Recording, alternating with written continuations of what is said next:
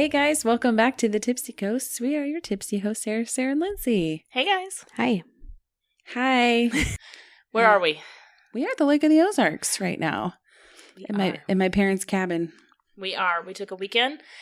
Haven't seen each other in a while, so we were like, let's go to the lake. Yep. Turns out though, this lake has some pretty cool history. It does. If you guys aren't familiar with the Lake of the Ozarks, we were in the news last summer for being a COVID hotspot. It's not a we. It's not a we. Listen. I say we because it was the state of Missouri, but okay, well, yeah, Missouri is all over the news, unfortunately. That's maybe how you know of us or of the show Ozarks. Oh yeah, that too. That's also not a good representation of us. Great show, not the best portrayal of the Ozarks. But it's not about like drug trafficking. It's about meth, yes, which again is a fair assessment of meth? the Ozarks. Is it meth? I don't know. Drugs. It's meth and heroin. Okay. Heroin. Oh, that makes sense. No one calls it that. Let's not start this. It's a thing. I think it could catch on. I think it's catchy. So, makes sense. Lake of the Ozarks, at the time that it was like created in the 30s, it was the only man-made lake in the U.S. Did you guys know that? I did not know that. Fascinating. It is a man-made lake. There's not. I did know it was man-made. Pioneers through and through. Look at us, Missouri. We're just great. Tell them how the lake was made. So, in 1931, they basically had this big dam and released it onto these towns. They evacuated the towns, obviously, before because they knew they were going to make this lake. But one of the towns, fun fact, had, when they were trying to evacuate in the years before, they had graveyards, of course, like every town does. Yeah. So they had about 2,800 grave sites. I mean, that's estimated. Quite a few. So 2,800 bodies to move. But only 1,121 of those burial sites were identified with tombstones. Okay, this makes sense. So half. Yeah, so we took So my theory that I just told you, I think it's true. Right. So the others were all basically marked in whatever fashion the families could afford. You're thinking this is during the Depression because they were evacuating the towns from like 1928 to 1930. So during the Depression, it's rural Missouri. There's not a lot of rich upper class families during that time that were living here. Okay. So they basically relied on word of mouth of the families. Like, oh yeah, I think we buried them around this area, around this spot. Sounds reliable. So if they couldn't find a next of kin, like if they had moved away, if they had passed something, they were just like, oh, okay. See you later. Hopefully there's not any bodies. So of the 2,800 grave sites known about, only 1,121 were found. So that's about 1,600 left. That hopefully they got some. But who knows? There could be skeletons at the bottom of this lake. We took a night swim tonight. We did. And I'm pretty sure my foot touched a dead body at least it was 3 times. My foot. It was my foot. And I called it out every time. And she goes, are you sure that wasn't a dead body?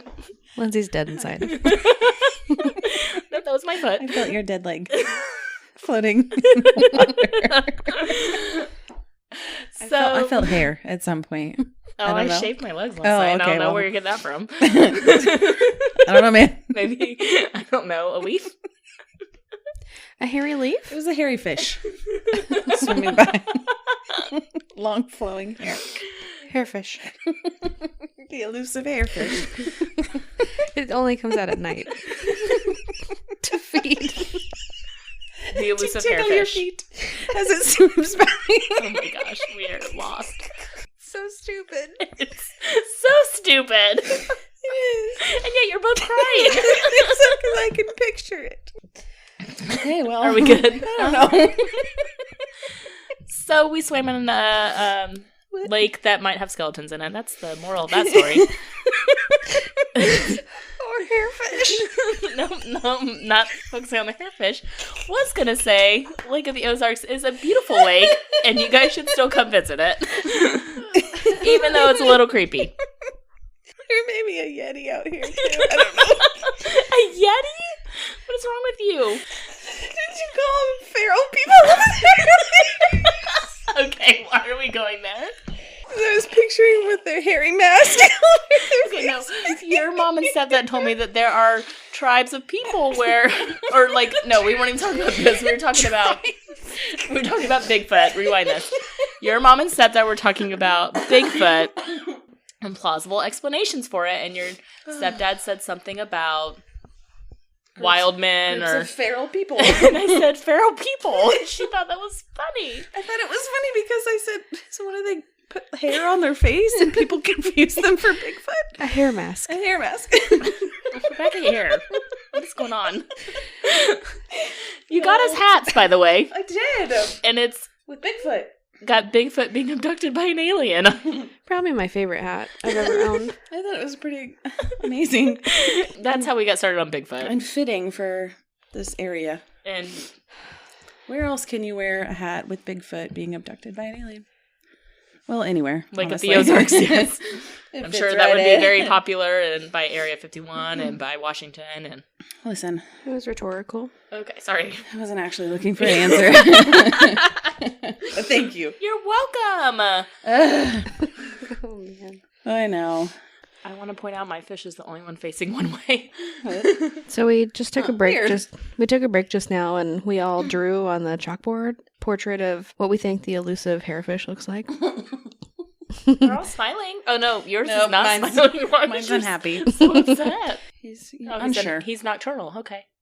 You win the That's good. hairfish contest. Oh my Yeah. god, yay! It's because it touched you. So this week, apart from the elusive hairfish, we are going to talk about a group episode for our group smorgasbord about Sure. the Mandela Effect. Mm-hmm. Ooh. Ah. Thank you. Thank you.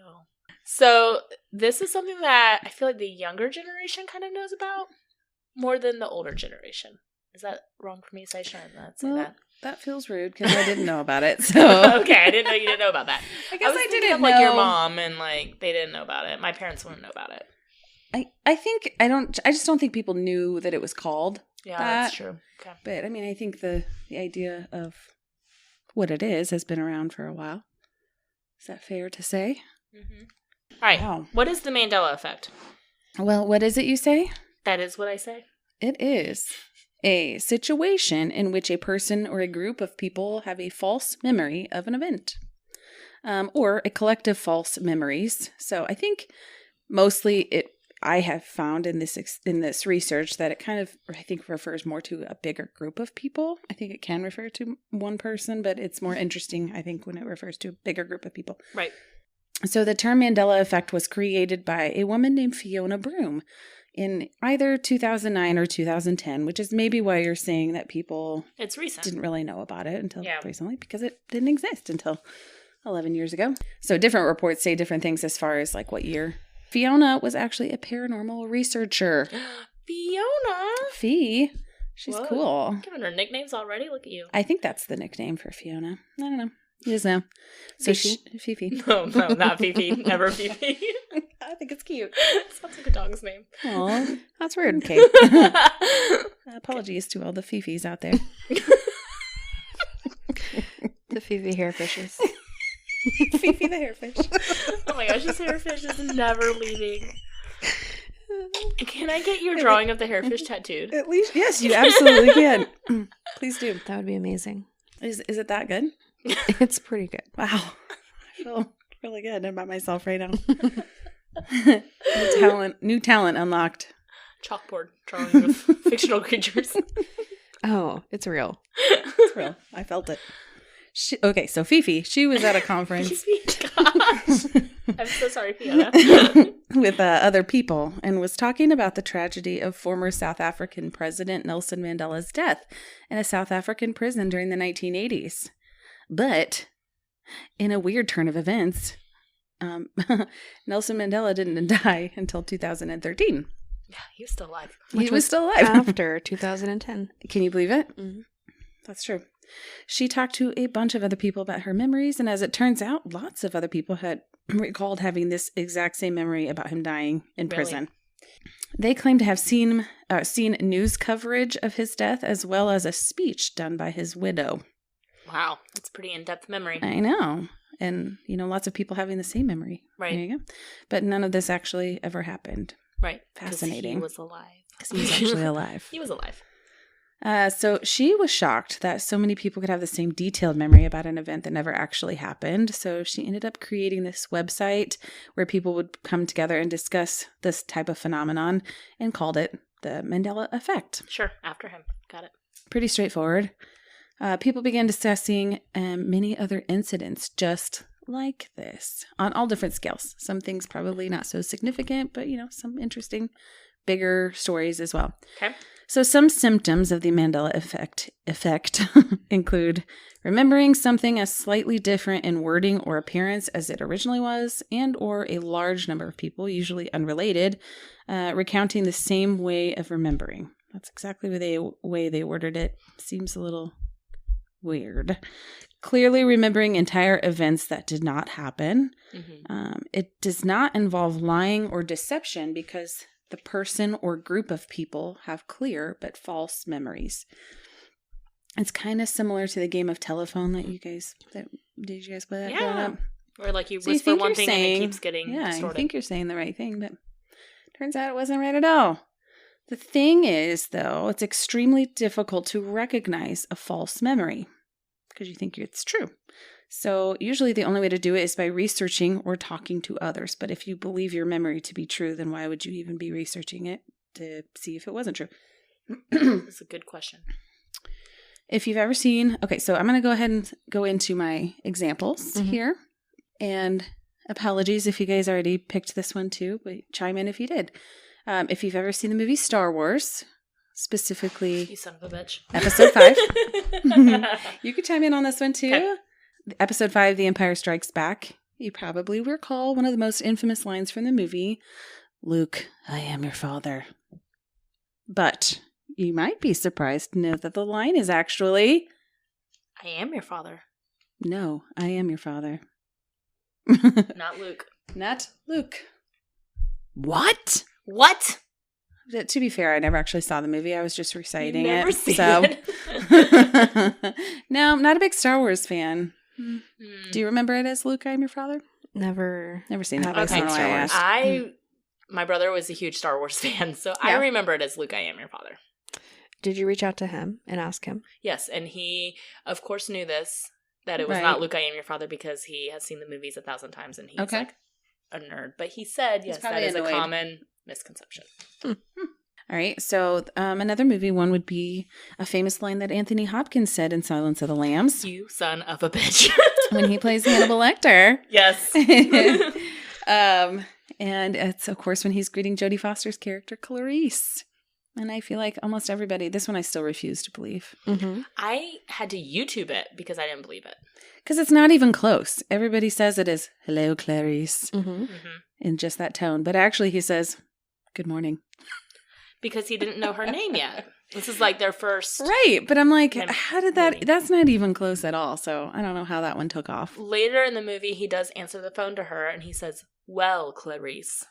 And people, I researched this because I did not believe it. And they say that our brains made the connection. Like you wouldn't answer the phone saying, well, Clarice. You would answer it saying hello. So people just made the connection. He says, hello, Clarice. Maybe. Sure.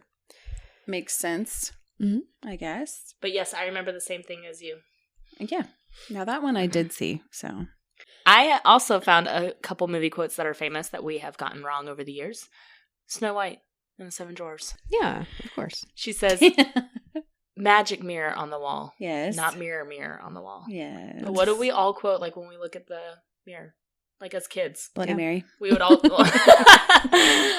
say mirror, mirror on the wall. No. That's not it. Yeah. If you're a weirdo, you just fake say news. Bloody Mary. Fake news. Forrest Gump. Mm-hmm. They quote the box of chocolates 2 times during the movie. First time is life was like a box of chocolates, or life is a box of chocolates. It's never life is like a box of chocolates. I have also seen that, and that is not true. I reject that theory. Mm-hmm. I watched it on YouTube again. I was like, no, this isn't true. And it's true. Gandalf in Lord of the Rings. So, have you guys seen Lord of the Rings? Yes. Okay. No. Of course not. There is a scene where he says, supposedly, run, you fools. Mm-hmm. He doesn't say that. He says, fly you fools. So, those are my movie ones that I got. Did you get any other movie quotes that we get wrong? Movie, no. Okay. I got another movie reference one, but it's not. Okay, do that one. Okay. I don't have any other This movies. is another Star Wars one. Okay. C-3PO. Boydson, do you even know who that is? Don't look at me like that. You haven't seen them. I haven't seen all of them. Okay, but you know who C-3PO Yes. is. Okay. He is the droid. Mm-hmm. The gold droid. Mm-hmm. He has a silver leg. He is not all gold. Why? So, well, he's made of parts, but Oh. in the movie, he has a silver leg. It's not all gold. But they said when the toy was released of him after the movies came out, he was all gold. And so that's why we remember him as all gold, because all the media had him as all gold. But in the movies, he's not. Damn media. I know. He has a silver leg. Again, YouTube clips confirmed this for me. YouTube knows everything. Mm-hmm. Okay. What else you got? Okay, I still refuse to believe this, but I believe it's probably true, unfortunately. The Monopoly Man does not have a monocle. I know. Minds are blown everywhere. But But he did. he doesn't. I hate that game so much I can't remember if I picture him with a monocle or not. He absolutely did. He didn't. And I think that they think that people confuse him with Mr. Peanut, Who does have a monocle? who does have a monocle and a top hat, and they look They confused him similar. with a peanut? Does Mr. Peanut have a board game? No. Not that I know of. Hmm. But the Monopoly Man Mr. Peanut sells peanuts. does not I have know. a monocle. Which doesn't. It never made sense to me. Why would you sell something that you want people to eat of you? Like the He's M&Ms? like, eat me. I know. I The always think M&Ms that's don't- weird, too. The M&Ms don't want you to eat them, though. Mr. Peanut's like, it's peanuts. Eat us. Why? Hmm. I looked it up. I No don't believe monocle? all these things. There's no, No. monocle. Damn it. Well, I mean, that's the thing. We're going to look all these things up, and I it's going know. to be Yes. our current That's what I did. answer. It's not going to be, like, you're not going to find any evidence. What example do you have? I have a few. On, like, the TV-ish theme, Mr. Rogers. Mm-hmm. Yes. Loved him. Watched Know him him, all the time yes. as a kid. So we would remember and quote him as saying, "It's a beautiful day in the neighborhood." Uh-huh. But apparently, it's a beautiful day in this neighborhood. No, it's a beautiful day in the neighborhood. Mm-hmm. Let's Don't see. like. No, I don't like that. It doesn't roll off the The- tongue. TV show with Carrie Bradshaw, Sex in the City? Uh-huh. Sex in the City. And the city. So most And- people remember, a lot of people, I guess, remember Sex in the City. But it's Sex and the City. Oh. But they are having sex in the city. Mm-hmm. That is true. I've never seen it, but What? is That this is shocking anyone? so I was not allowed to watch shocking. that because it had sex in the title. Oh my Were you God. allowed to watch Curious George? Yeah. There's a big difference between Curious George and Sex in the City. Did he or did he not have a tail? He did not have a tail. No, wait. He's a monkey. He has a tail. Wait, nope. I'm Is not this- answering this question. She's just staring at I me. don't know the answer to that. I want to say yes, but I now. So I thought I'm he had a questioning. tail, but Monkeys have appar- tails. apparently he never had a tail. Why are they not giving this monkey But a see, tail? here's the thing. In Curious George, I feel like I remember him like swinging from like a street light or something with his tail. Does he just I swing really with his couldn't hands tell and his you. feet? That's weird. Why are they Well, not giving a he's a monkey a monkey. tail? One of the most popular ones I still refuse to believe. Shazam Oh yes, and Kazam. Yes. So there is a movie named Kazam that Right. was like, gosh, 90s? yes, With Shaquille O'Neal as a genie. correct. That is true. I remember a movie called Shazam with Sinbad playing a genie. And lots of people do too. You have experienced the Mandela Effect. There is, so it's not on IMDb. Sinbad himself has come out and said, like, no, there was never any movie where I played a genie. But there are pictures on the internet of Sinbad as a genie. And it's like, are these photoshopped? Probably. Like, why? But why would somebody Photoshop like him as a genie? Have you seen the things that people Photoshop these Yes, days? I know. But I so remember watching a movie of him as a genie. Yeah, I get it. This is one that I refuse to believe. It was Shaq. No.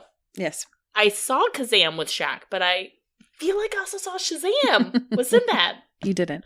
I don't believe it. I still don't believe that. Fun fact: I share a birthday with Sinbad. Look We at are you. kindred spirits. You guys have the same birthday. Congratulations. Thank you. Yeah. Okay. How's he doing, by the way? I haven't seen him in a while. I don't know. Check it fine. on your birthday, He's buddy. fine. We're pen pals. Pen pals. He doesn't write me back. It goes one way. All right. What else you got? Okay. Ugh, I'm gonna butcher this pronunciation. Wait for this. It's an important part of history, so don't add me. Okay. The Tiananmen Square massacre Mm-hmm. in China. Mm-hmm. Did I'm you not write gonna that at in you this because one? I can't No, pronounce I'm that pretty either. sure. Didn't I cover that as part of the Falun Gong? You Is may that have. part of the genocide? Mm-hmm. Yeah. Okay. You may have. Well, it was in 1989. So Tiananmen Square. Okay, sorry for the pronunciation, but it happened June 4th, 1989.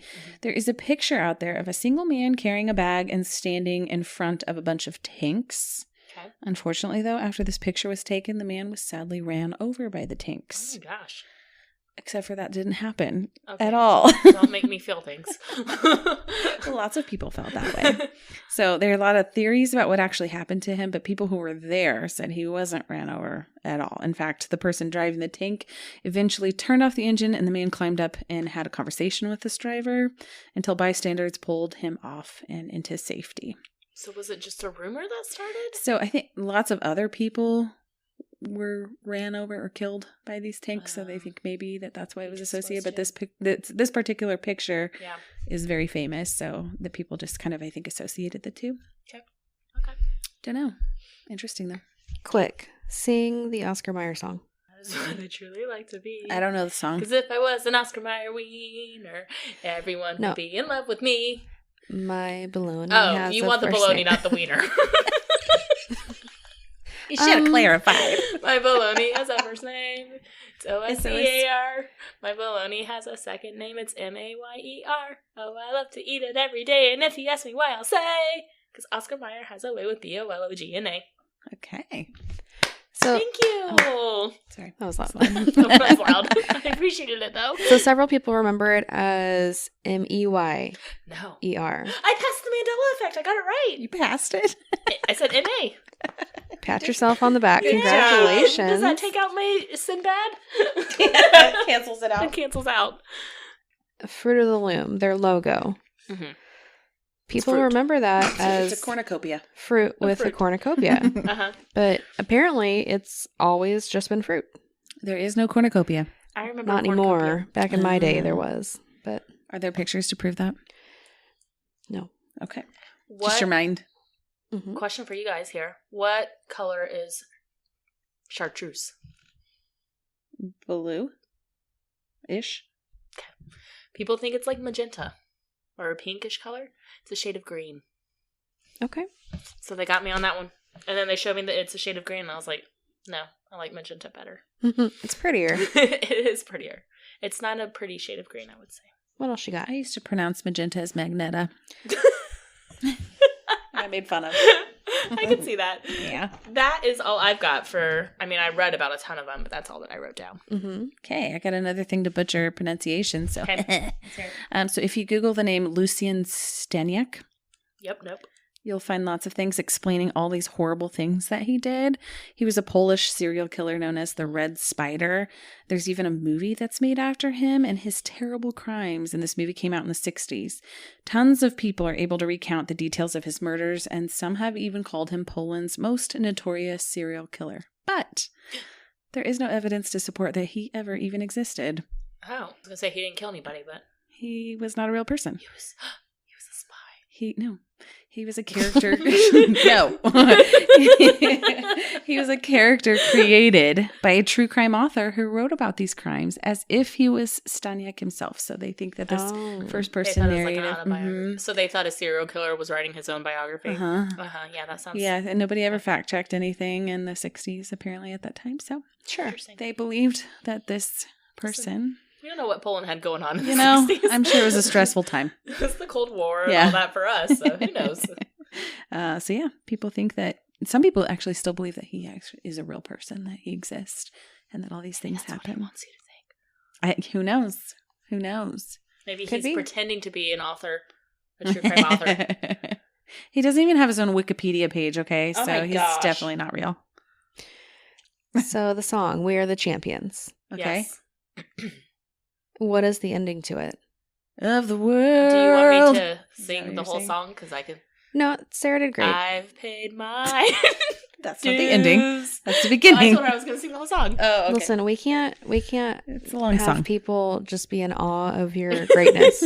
Time after time. So apparently, of the world never happened. It's not a thing.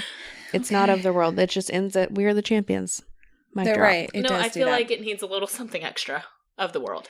I always thought it was of the world. I mean, that's still what, like, if I wasn't listening to anything and we were just singing it randomly, I would still say of the world. I think, you may correct me if I'm wrong, but I think that it happened like ad lib at a concert by concert goers added that in, but the track itself does not have. So people Of the just really world. liked it at that concert. And I mean, they It's were a tough. very So unifying group. that's what I think there was and it could have happened at one concert, but the concert that I watched on YouTube, it didn't have it in there. But Didn't I mean, they do it could like have a big concert to raise awareness or money for AIDS or something? I can't remember. I don't know. mean, sure. What's your theory? I was going to say that, like, what if it was like ad-libbed at a concert and somebody heard it and it just caught on? Mhm. Yeah. So the one that absolutely keeps me up at night. It's not Sinbad? Nope. Sinbad keeps me up at night. Oh my gosh. I can't let it go. I can see that. Is my beloved childhood books, Friends. Oh, yes. Mm. The Berenstain Bears. Yes. I am familiar with this one too, and I am on your corner with this. So She's I on it. remember. She's Why are you on on the you in the corner? corner. Thank you for It's a your team support. effort. You're so sweet. I had the wrong preposition. Yes, you did. Okay. I'm not on your corner. Why not? Don't take it back. Okay, continue. You can just stand next to her. You don't have to be on it. It's fine. Okay, proceed. I'm ready. I Tell me can't. about the bears. This is what happens when we've been day drinking and we decide to record late at night. Should we go back to the hairfish? No. Definitely. We're never revisiting the hairfish. The Berenstain we will. Bears. The Berenstain Bears. I I'm here. vividly remember it as Tein. Yes, I do too. Berenstain. Yeah. But apparently there's an A, like stain, like shit stain. Berenstain Bears. Okay, It's the let's see if Berenstain there's a Bears. Phonetically, it is EIN. But do you say it like So it has to be. Berenstain, or does it pronounce That's how everybody in the Berenstain? world pronounce it Berenstain. Well, that doesn't Berenstain make it birds right. just sounds Birds. birds bears. The Berenstain I Bears. was looking at the moose and I was thinking of antlers and birds on the antlers. Oh, like Rocky and Bullwinkle? Yes. Listen, this is my brain all the time. It's Those birds were probably never there. It's a Mandela Effect. 50,000 Your brain different- created that. Those birds on the antlers. 50,000 different scenarios going through my brain at once, and I just say the word that comes out. Birds. Birds. So there's a couple of explanations for the Okay, Mandela sorry. I'm Effect. so sorry. Yes. Yes. And you want to talk about the first one? Oh, yes. I thought you were talking about for the Berenstain bird. Bird. God damn it. It's not birds. They're bears. Berenstain birds. I know. I read those books all the time. Sorry. I thought you meant like why people remember that as Stain. Okay. Didn't they have a show, like a little... Yes. And They I'm pretty did. sure the song Loved it. it's the Berenstain Bears Yes, that's what I'm saying. They pronounce it Berenstain. when they But sing it's it. A-I-N, which makes no sense. I'm going to have to YouTube it later. And I don't have any of my books from when I was a kid of them. Otherwise, I would have checked. I have one book, and I And- checked, and it's an A. Damn Nope, that's wrong. I think somebody changed it at night. Somebody came in your house and changed it. Walter? All right. So and Sarah, you kind of touched on this a little bit about false memories. That's kind of what this whole thing is. So false memories, they contain some factual true element to them, but they also have a false or made up part mixed in. Memories are extremely subjective. Emotions, trauma, bias, a lot of things, feelings, they all affect our memories and how we view things. People see things differently. They remember things differently. It's kind of like a reason why when police are interviewing suspects and witnesses, they interview them separately because you hear somebody's account of it and it's going to color how you remember it yourself. Mm-hmm. So there's been lots of research actually on creating false memories. Deese Roediger McDermott. Mm-hmm. Didn't practice any of these guys. Mhm. So they had a paradigm where they asked people to read a list of words, and then they asked them to remember the words. And they were able to. And then they asked them if they remembered a similar word. So, like, the words were all kind of related. And they asked them to remember, like, another word that they picked at random that was also related. And almost all of them said, yeah, that word was on the list as well, even though it never was. So, false memories were originated, we think, by Peter J. Freyd when he popularized it when he founded the False Memory Syndrome Foundation. So, I'm going to go kind of briefly over recovered memory. This was very popular, especially in the 90s, with repressed memories and therapists trying to recover these. So they would use hypnosis. And again, this was 90s, is when it became popular. They would use hypnosis. They would try to recover your repressed memories and would ask leading questions. And this actually turned out to be creating more false memories than really solving anything. Mm-hmm. So because of this, these methods are all condemned by the American Psychological Association and the American Medical Association. So people don't use hypnosis very much anymore because of this, because they were finding that more people were just having like false memories created. So use of these practices nowadays is considered malpractice. There is confabulation, which is memory error. So this is the production of fabricated, distorted, or misinterpreted memories without the intent to deceive, which you kind of talked on. Yeah. So people aren't trying, like when they were going through hypnosis and recounting these memories, they weren't trying to deceive. Like it wasn't an intentional lying, trying to gain something from it. They just, like when you ask a leading question such as, you don't remember something like this, do you? And people will be like, oh my gosh, I do remember something like that. Mm-hmm, mm-hmm. That's why as therapists, we have to be very careful with how we ask questions. Mm-hmm. So the implications for this, again, all the research has suggested memory is very suggestible. Even in experiments when they would falsely plant memories into people's heads, people would defend those memories and say, no, that's true. And the researchers would be like, no, like here's the evidence. We did this on purpose. This was a false memory, blah, blah, blah. They would still defend it and still believe it to this day. So kind of like what you said also, people really believe it. I was looking at you for the Berenstein books. The birds. Berenstein birds. We're just going to have to call it that. It's the Berenstain birds. I can't anymore. The Berenstain birds. My brain is whoosh. Look who's the pumpkin now. Who is the pumpkin? It's not tired. It's just... I don't know what it is. It's not. I agree. Everyone experiences life through their own subjective lens, and the way that we witness our own worlds can result in a lapse of memory or the perception of a lapse in memory. And some people remember events or items differently than others. And individual memory lapses can be written off when everyone else's memory says otherwise. So if Sarah and I say, I remember that the car outside is gray, and Lindsay says, no, I remember it being black, probably Sarah and I are right. Whoa. Why do I have to be wrong in this situation? Okay, you remember the car is gray and you remember it black. Lindsay and I are right. Yes, Sarah. That's probably accurate, actually. So the individual memory lapses, we can just write those off. But memory lapses by a large portion of the population is kind of where I get hung up on. And unpopular opinion, I'm just not 100% convinced that it's just false memory theory that explains this away. And I don't claim to know the right answer either. But I do love the idea of another theory behind the Mandela Effect, and that is parallel universes or alternate realities. Tell me more. I will. Thank you. It's the hypothesis where parallel universes exist and have overlapped with our own universe, creating subtle nuances in the space-time continuum. Well, that explains the Berenstain birds. Yeah, Berenstain birds. Sorry. So in these cases, our collective memory is different from historical record or existing media.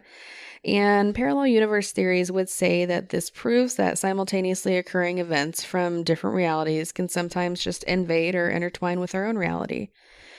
So have either of you watched The Big Bang Theory? Yes. No. That's okay. It's one of my... It's her favorite show. It's one of my absolute favorite TV shows. And it features one of the main characters, Sheldon Cooper, who is a theoretical physicist and one of the smartest guys in the world. Okay. And I get it's a TV show. I understand. He's a character. But I'm using him as an example of real-life geniuses and their jobs, just like Sheldon, center around proving something called string theory. I have heard of string theory. So according to string theory, which again is something that some of the smartest scientists on this planet believe in, all particles are composed of tiny vibrating strings. And when you follow the math, there's a lot of math, Don't ask me anything about it. It But what about results. the math? It results in multiple dimensions. So, based on string theory, our universe is only one of many, potentially infinite other universes, also known as the multiverse. Oh, yes, like in the Avengers. I do love the Avengers. I do love the Similar, Avengers. actually. Yeah. So, there's an idea that known as the many worlds interpretation of quantum physics that suggests all outcomes that can possibly occur actually do happen, but only one outcome can happen in each universe.